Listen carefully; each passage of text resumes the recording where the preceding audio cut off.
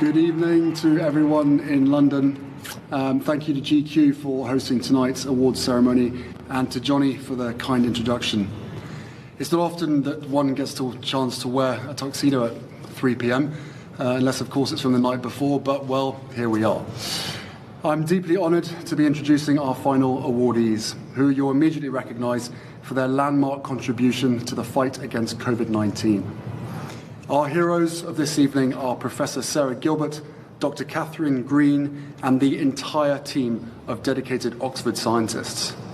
Their breakthrough research on the Oxford vaccine has brought the world one of the greatest tools for achieving vaccine equity. They also approach their mission with a humanitarian urgency. In April of last year, the Oxford team packed up a shipment of research cultures and stealthily sent it to India, an early example of the biotech collaboration we need to bring this global crisis to an end.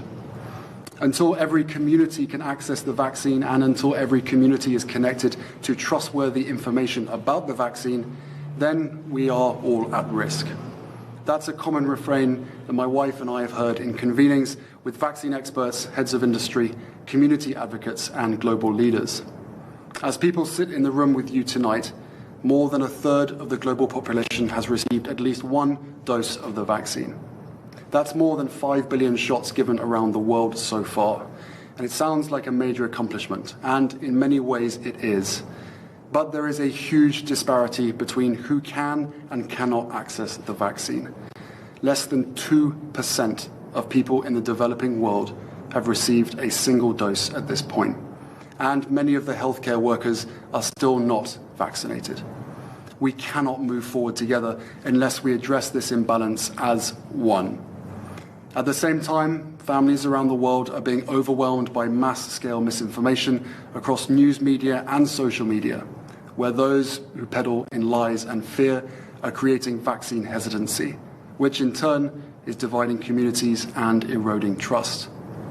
This is a system we need to break if we are to overcome COVID-19 and the risk of new variants. The Oxford team have done their part. They are heroes of the highest order who gave us an instrument to fight this disease. They are our nation's pride, and we are deeply indebted to their service. For the rest of us, including global governments, pharmaceutical leaders, and heads of business, we have to keep doing our part. That must include sharing vaccine science and supporting and empowering developing countries with more flexibility. Where you're born should not affect your ability to survive, when the drugs and know-how exist to keep you alive and well. Thank you again to Professor Gilbert and Dr. Green, who The Guardian called two ordinary people who managed to pull off an extraordinary feat while dealing with the everyday stresses that come with being full-time mums and breadwinners in a notoriously insecure and poorly paid field. But tonight, we're not honouring two ordinary people. These are two exceptional people with a remarkable team who are a bulwark of humanity. Please welcome to the stage Dame Sarah Gilbert, Catherine Green, Emma Bolam, Ian Poulton, Laura Walker, Mwila Kasanyinga, Wendy Crocker, Lisa Stockdale, Jamie Fowler, and Saeed Adlu.